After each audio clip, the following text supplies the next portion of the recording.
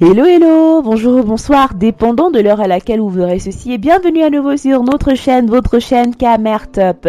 En espérant que vous vous portez bien et surtout que vous êtes d'humeur à parler de conspiration à l'heure de spéculation royale en terre Bamoun, venez avec nous parcourir le dossier de Nabil Bombon-Joya qui est peut-être le prochain roi au sultan Bamoun. Ouforifoum Bombon-Joya Mohamed Nabil n'est pas pour rien le fils du sultan Ibrahim Bombon-Joya, 19e roi de Bamoun, décédé le 27 septembre dernier. Le respect, il ne le force pas, il lui est rendu. La gloire, il ne la réclame point, son heure la détermine. Certes, son nom n'est pas trop mentionné dans la presse People Camer, il reste tout de même un nom connu dans le cercle fermé de la jeunesse dorée du pays.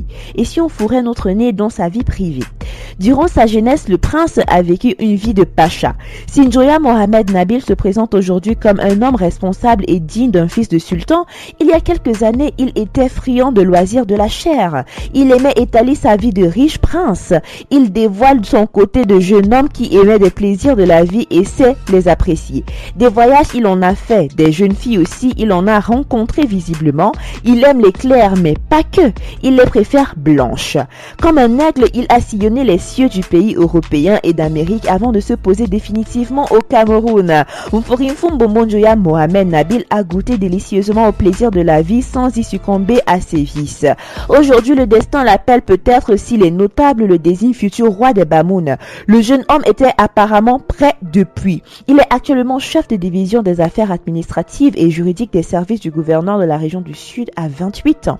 Il vit des jours plus posés au Cameroun désormais. Il est diplômé de l'École nationale de l'administration et de magistrature ENAM au département d'économie et des finances et à 28 ans, il est actuellement chef du département des affaires administratives et juridiques de la préfecture de la région du Sud. Il a été nommé à ce poste par le président de la République dans son décret 000033 du 25 avril 2020. Il a travaillé pour le ministre de l'administration territoriale à Tangadji bien avant cela. Les témoignages de ses proches confirment que le jeune Nabil est un grand aventurier qui aime voyager. Il y a quelques années, il a également visité les États-Unis, des pays d'Europe avant de s'installer définitivement au Cameroun.